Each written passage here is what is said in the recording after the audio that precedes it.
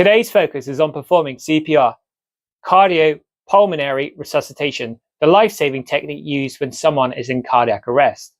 Begin by ensuring the casualty is unresponsive and not breathing normally. Shout for help or call 999 and request an AED if available.